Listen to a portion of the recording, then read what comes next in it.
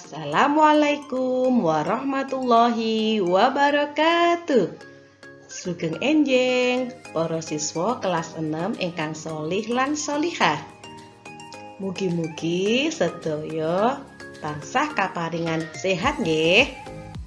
Lan para siswa teng dalem tetep semangat anggenipun sinau. Dina iki kepanggih malih kalian Bulan. Dewe arep sinau babagan carita Gatotkaca Bulan loro. Nah, tujuan pembelajarane para siswa saged ngerteni ing kene. Ayo luwih becik kita ndedonga sesarengan. Bismillahirrahmanirrahim. Nah, para siswa, ing buku paket Piwulang loro basa Jawa kaca 16 ana Purwaka. Ing kono diterangake menawa cerita wayang kuwi dijupuk saka Mahabharata lan Ramayana. Wayang iku budaya luhur kang wis mbalung sungsum tumrape bangsa Indonesia. Mligine bebrayan Jawa. Critane nggambarake jiwa satriya tama, bela negara padha karo jiwane pahlawan.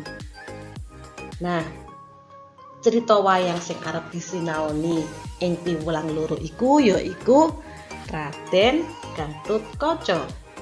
Sapa ta kuwi Raden Gatotkaca?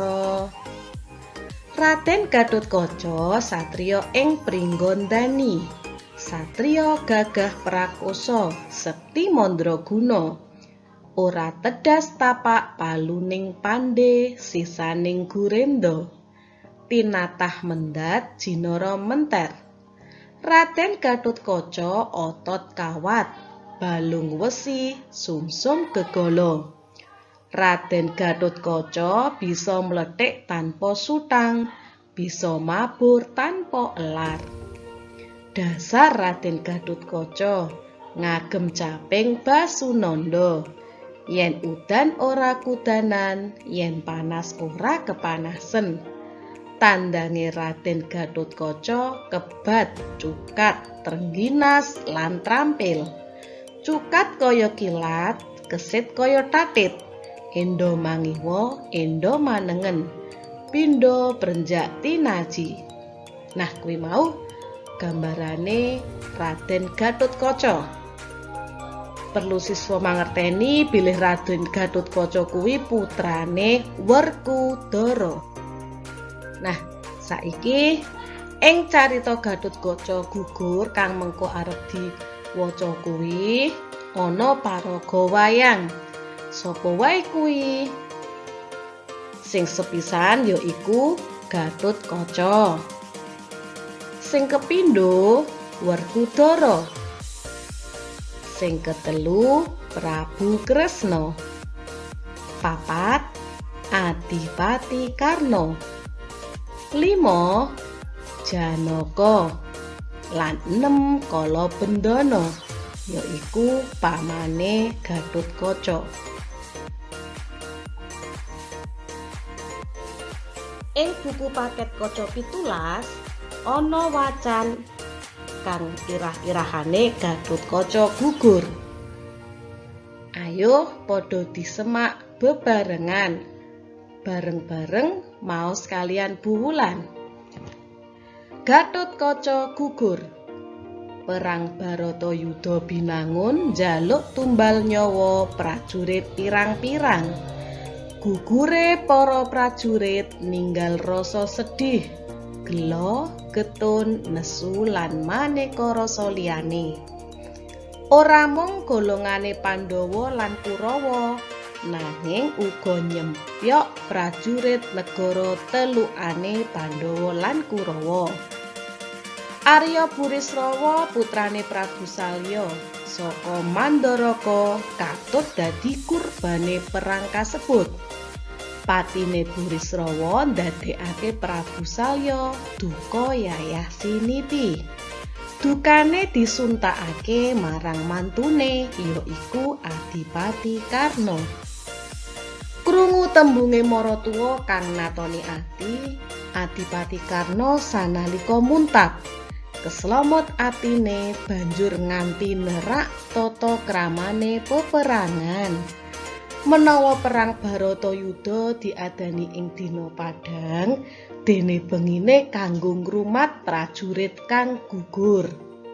Wektune isih wengi, Adipati Karna nglumpukke prajurit raseksa saka negara telukane. Kanthi ngurupake obor maewu-ewu, nrajang papan palereman prajurit Pandhawa ing perang wengi kuwi nganti keprungu para Pandhawa. Saka pekabaran sing ditampa menawa kang madeg Senopati Adipati Karna sanalika Janaka keslomot atine. Jalaran wis suwe ngenteni wektu kanggo perang tanding ijen padha ijen. Nanging tata gelaring perang iku ana tatanane.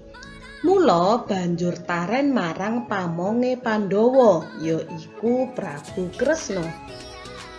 Manut dawuhe Prabu Kresna, Raden Gatotkaca sing pantes maju dadi senopati perang.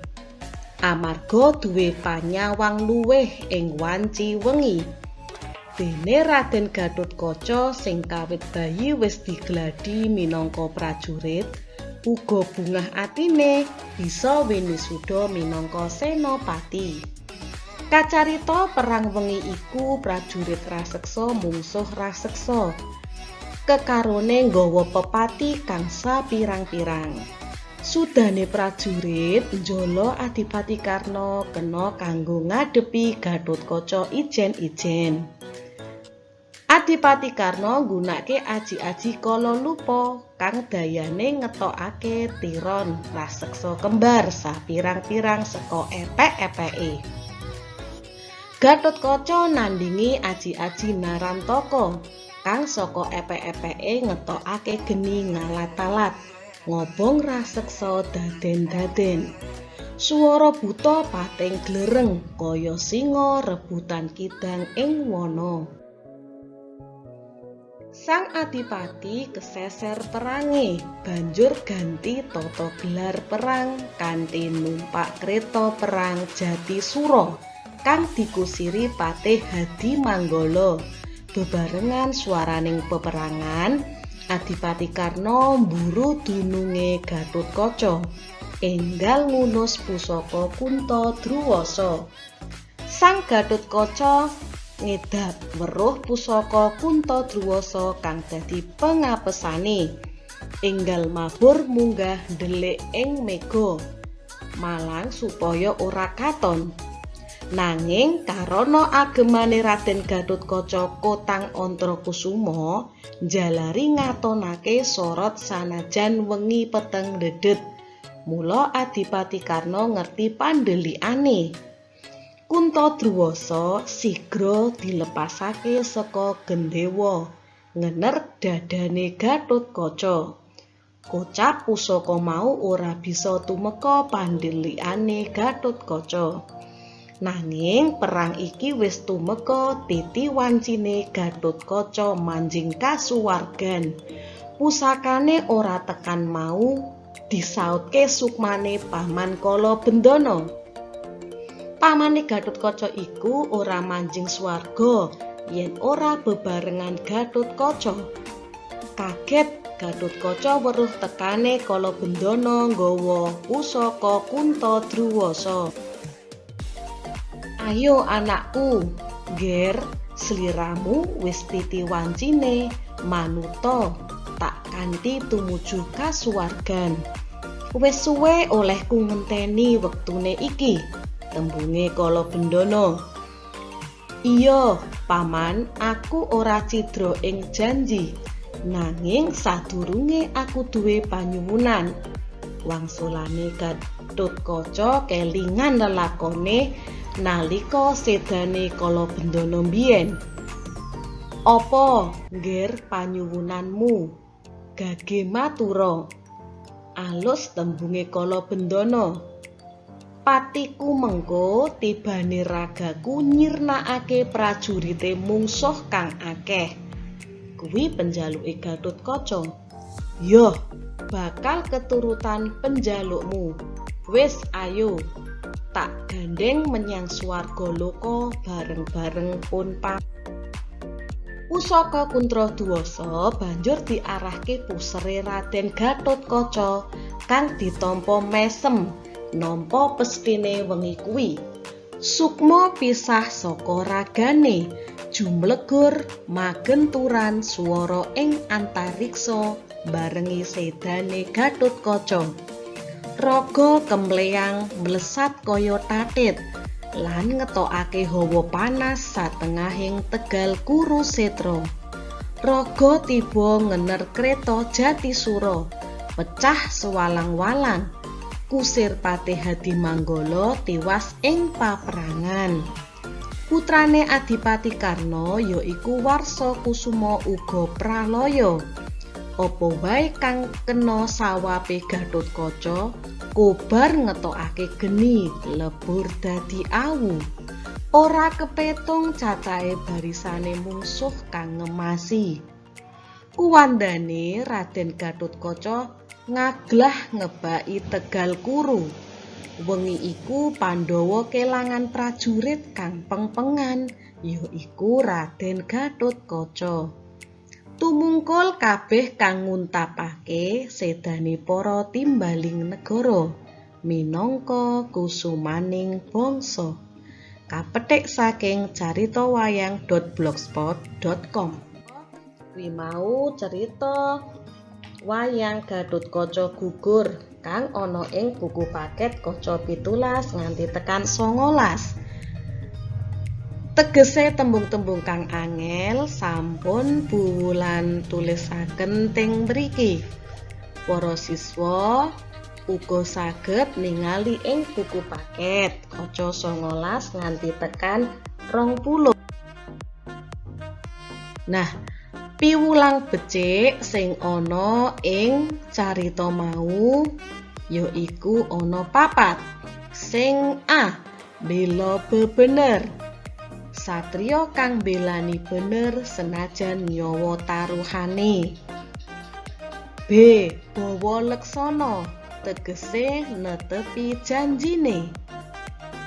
Sing C, ora mingkuh ing kewuh, ora semaya nampa dawuh.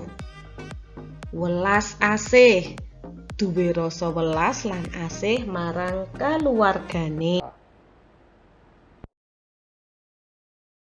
Malam merupakan waktu yang tepat untuk menyerang garis pertahanan Amarta. Selagi para petinggi Pandawa itu datang, aku akan melumpuhkan barisan itu.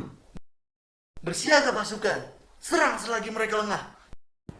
Perang Baratayuda merupakan perang antara kerajaan Amarta melawan kerajaan Astina. Dalam pertempuran melawan Karna, Gatotkaca sudah menyadari satu hal. Dia tidak akan menang.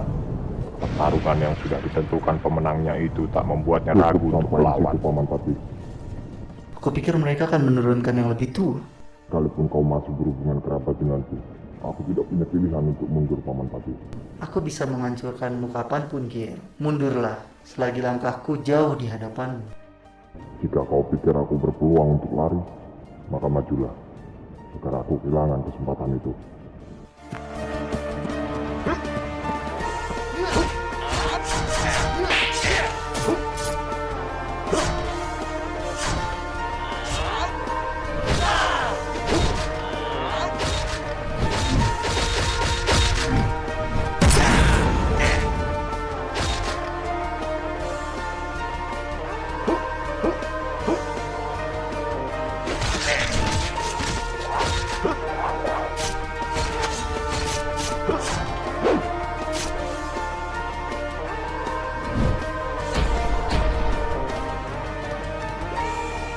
Hingga dia berhasil membuat Karna kewalahan dan melepas senjata yang dapat menembus tubuhnya, yaitu Pusaka Kunta Wijayandanu.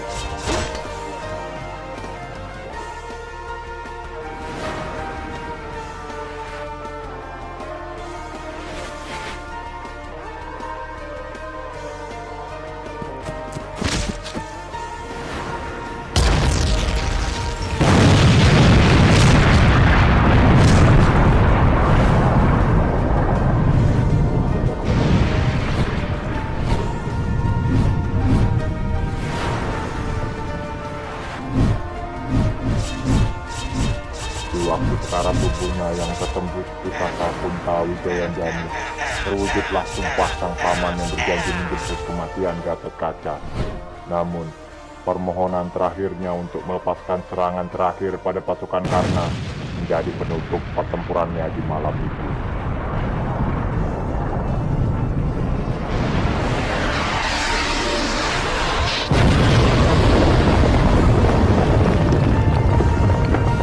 Pengorbanan Gatotkaca tidak membawa kemenangan bagi Pandawa.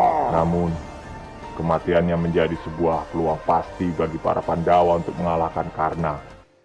Wacan cerita wayang kang sampun bulan wacake lan para siswa sampun ningali videone. Saiki wektune nggarap tugas kang ana ing Google Form. Matur nuwun sampun ngatosake pelajaran dina iki. Mugi-mugi paring manfaat kagem kita samya. Nyuwun pangapunten bilih wonten kekirangan. Wassalamualaikum warahmatullahi wabarakatuh.